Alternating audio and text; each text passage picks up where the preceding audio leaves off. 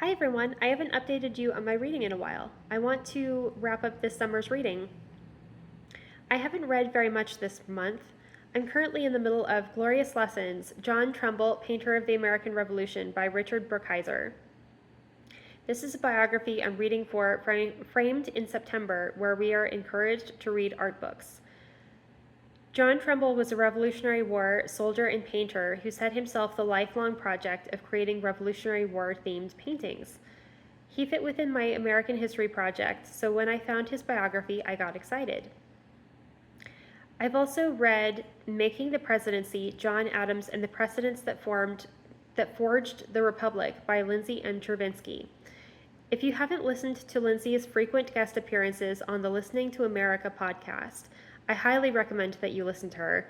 She's wicked smart and has a good sense of humor. This book was an intentionally timely new release. John Adams, as president, presided over the nation at a time when people didn't know exactly what a president could or couldn't do. The nation was extremely polarized. There were threats of political uprising if the 1800 presidential election didn't go Jefferson's way.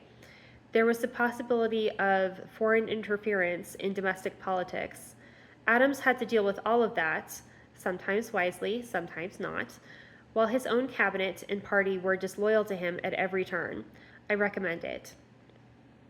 The only other book I read this month was the second in the Founding of Valdemar series by Mercedes Lackey. This summer, I've worked my way through 8 of the Valdemar books. There are 4 trilogies of them. Most of the time when I see Valdemar books recommended, it's just the first book of the last trilogy, Arrows of the Queen, being put forward. Don't start there. I did, and now I've been having to work my way backward. Start instead with the Founding of the Valdemar trilogy and work your way forward. This summer, I also read The Lavender Scare, The Cold War Persecution of Gays and Lesbians in the Federal Government by David K. Johnson, The Once and Future Sex, Going Medieval on Women's Roles in Society by Eleanor Janega, League of Dragons, Temeraire Book 9 by Naomi Novik, Queen of the Negro Leagues, Effa Manley and the Newark Eagles by James Overmyer, and The Goblin Emperor by Katherine Addison, and most of the fan fiction associated with it. And I also didn't finish several books, among them being A Court of Thorns and Roses. I got halfway through and stopped. I feel obligated to finish it for the sake of the band book club, but I don't know if I will in the few remaining days I have left. I knew going in it wouldn't be for me, but between my reaction to it and life happening, I just haven't felt motivated to continue. One of my problems with it is that the main character starts off with a bad family. I want her to find a better one in the fairyland. If the fairies had been wise older people who had grown to accept her as a sort of foster grandchild, I could have been on board with a found family story.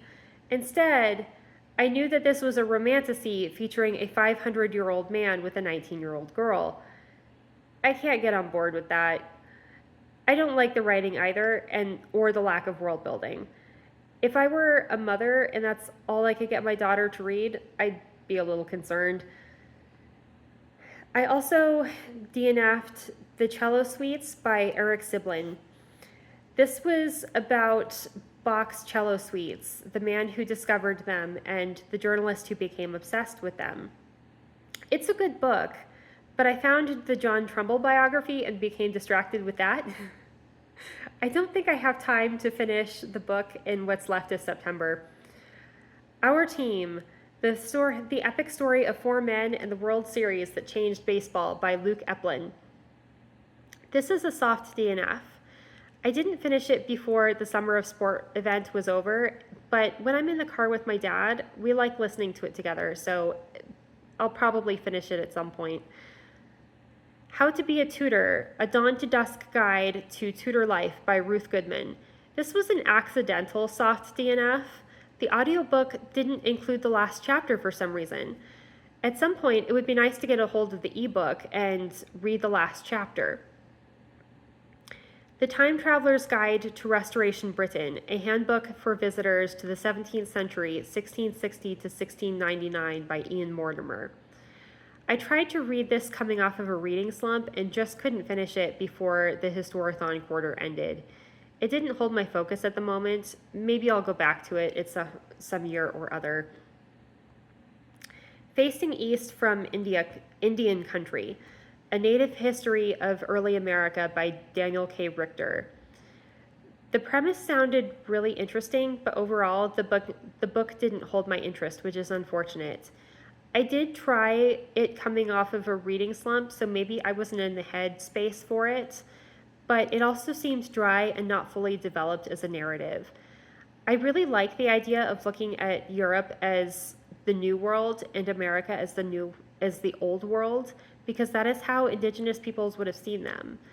I just feel like maybe they didn't have enough evidence for how indigenous people saw Europeans, or maybe a different author could have written it better. I'm not really sure, but it just didn't quite work for me. Now let's look at the numbers. I finished 4, almost 5 nonfiction books and 10 novels over the course of the summer. And I DNF'd 6 books. That is unusual for me. Usually in a given set of months, it would be the other way around in terms of fiction and nonfiction. I also don't normally DNF that many books. The thing is, in the spring, I devoted myself to reading about King Philip's War and the Salem witch trials and other aspects of the colonial period, and it was depressing. And after that, I needed a good long break. So I read a lot of novels. I need to figure out how to read about depressing events in history without it affecting me quite so badly. I also need to learn to balance distressing history reading with novels as a matter of course. Do you have any advice, dear reader, or dear viewer, for reading heavy topics without falling into depression? I'd like to avoid another reading slump. I hope your reading year has been more smooth than mine has been. I'll wrap this video up here. Thanks for watching. Bye.